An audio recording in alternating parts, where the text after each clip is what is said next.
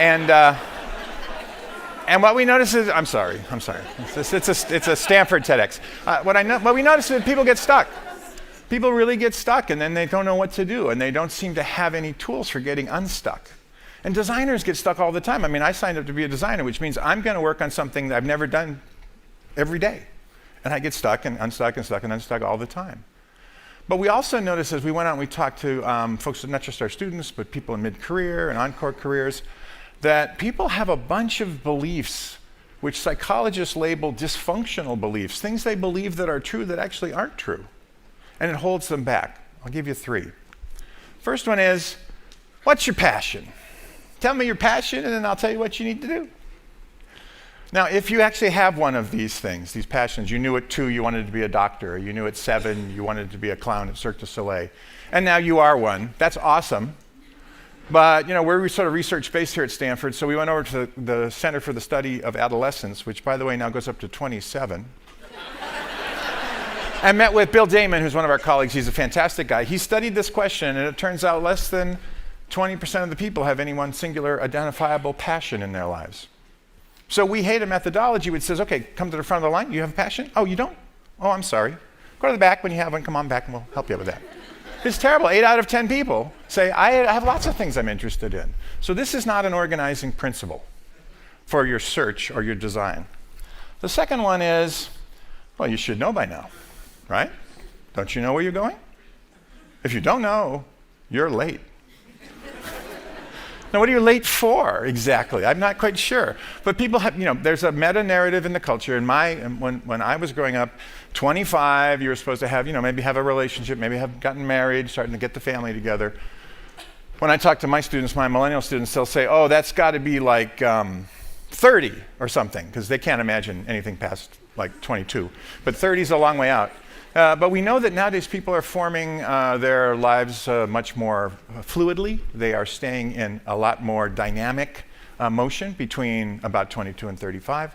And so this notion that you're late is really kind of, it's not only it's like, well, you should have figured this out by now. Dave and I don't should on anybody. In the book or in the class, we don't believe in should. We just think, all right, you are wherever you are. Let's start from where you are. You're not late for anything. But the one we really don't like is, are you being the best possible version of you? I mean, because you're not settling, are you, for something that's less than the best? Because this is Stanford, obviously we all want to be the best. Well, this implies that 1, there's a singular best, 2, that it's a linear thing and life is anything but linear. And 3, there's this it kind of comes from this business notion. There's an old business saying, good is the enemy of better, better is the enemy of best. And you always want to do your best in business. But if there isn't one singular best, then our reframe is, the unattainable best is the enemy of all the available betters. Because there are many, many versions of you that you could play out, all of which would result in a well-designed life. So I'm going to give you 3 ideas from design thinking and or 5 ideas, excuse me. It says 5, doesn't it? Yeah, 5 ideas from design thinking. And the things that people have written back to us who've read the book or have taken the class and said, hey, these were the most useful, these were the most doable, they were the most helpful. And we're human-centered designers, so we want to be helpful. The first one is this notion of connecting the dots.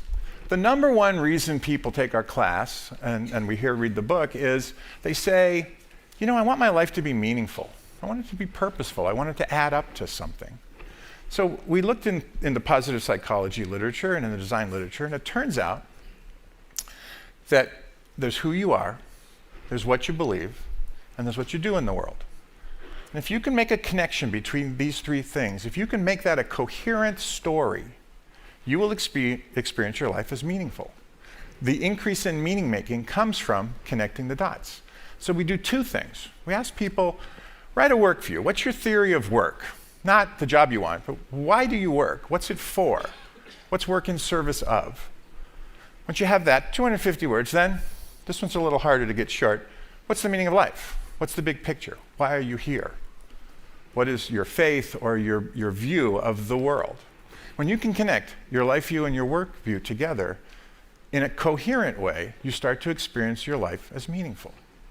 That's the idea number 1.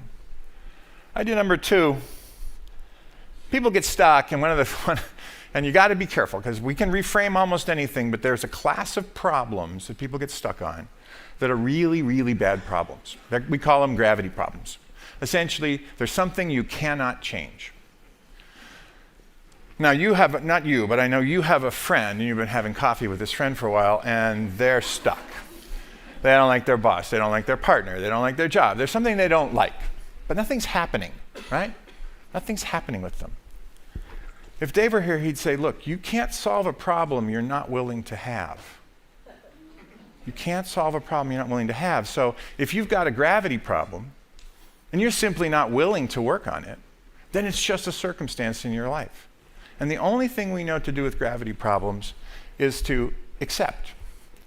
In the design thinking chart, you start with empathy, then you redefine the problem, then you come up with lots of ideas, and you prototype and test things. But that only works if it's a problem you're willing to work on.